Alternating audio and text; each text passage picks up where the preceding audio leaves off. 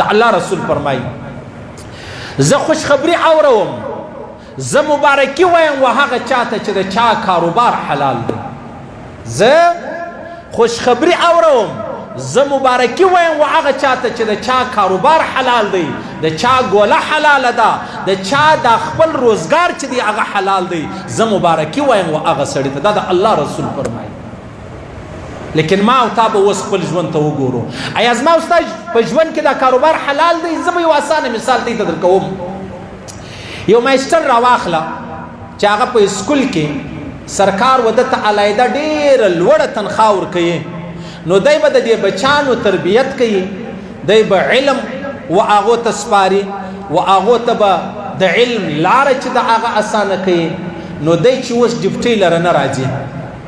دی ورک دی یوه پیلي او بله پیلي بیا دی خپله تنخواه اخلي بیا د خپل ځان پر ځای چې لږ خشه بزرګي بیا یې بل یو درولی دی 10,000 هغه ته ورکوي 40,000 دی اخلي یعنی تاسو اندازه ولګوئ د دې سړي په کور کې چې غمونه نه وي نو به څه د دې سړي په کور کې چې بیا د جهان بیماری نه وي نو به څه د دې سړي په کور کې چې د جهان پریشانی نه وي نو به څه ولی تعال ته د سلو بچانو کور خراب کړی دی الله رب العزت په بل صورت په بل شکل کې ستا کور در خراب کړی دی دغسې د خبره بیا به زما او ستا ډاکټران راواخلو اوس په مشرانو کې دوه کسان ناحسابه کوي یا به دعوت والای یا به د یو ښه سړي زوی یا به د یو ښه سړي شاګردي یا به مطلب ایمانداره سړی ډاکټران راواخله هغه علیحده سرکار وده ته لوړه تنخواه ورکوي دی سرکاري چې کومه نوکري د هغې لره نه راځي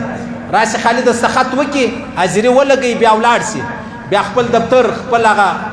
کمره ممره په ځام شي بنده کې زموږ میټینګ دی زموږ میټینګ دی یاران راغلي دي دوستان راغلي دي کمپنیانو والا راغلي دي به در غرمې د هغو سره مجلس کوي د هغه سړی چې بیا مازدیګر پرایویټ کښېني بیا د ده پیس راواخله د ده اخلاق راواخله د ده خندا راواخله 20 منټه خالي دی د مریض څه پوښتنې کوي پروش کال څنګه وې وړم کال څنګه وې اشه ستا څه فکر دی چې دغه ډاکټر خپله تنخواه اخلي دا تنخواه د ده حلاله ده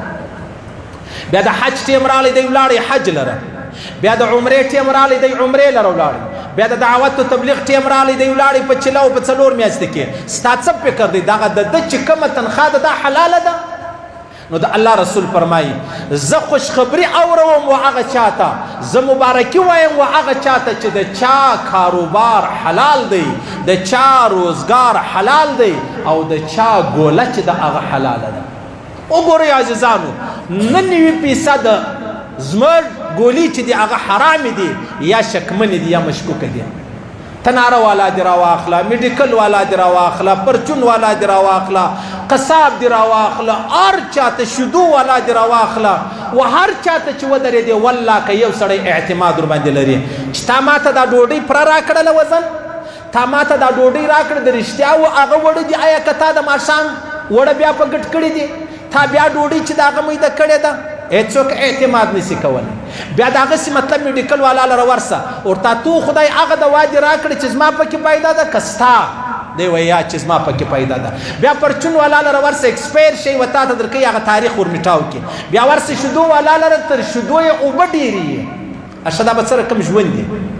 دا معاشره به څنګه پر مخ ځي او دا معاشره به کله الله رب العزت کامیابه کوي نو د الله رسول فرمایي زه مبارکي و هغه چاته وایم چې د چا کاروبار حلال دی روزګار حلال دی او ګوله چې د هغه یې حلاله ده بیا د الله رسول فرمایي حلال کاروبار کول حلال ګوله پیدا کول حلال رزق پیدا کول د الله رسول فرمایي دا د فرضو څخه مابعد یو فرض دی ما او تا فرض منځ وکړي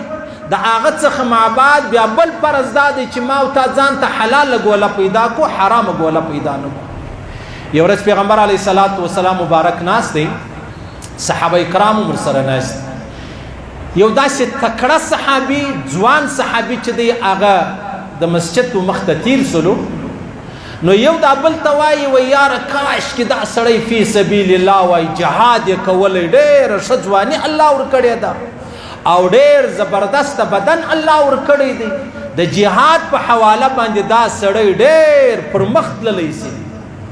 د الله رسول ورته وفرمیل که چیرې دا سړی اوس دورې تیر سلو د خپل ځان د پاره حلاله ګوله پیدا کوله دا فی سبیل الله دی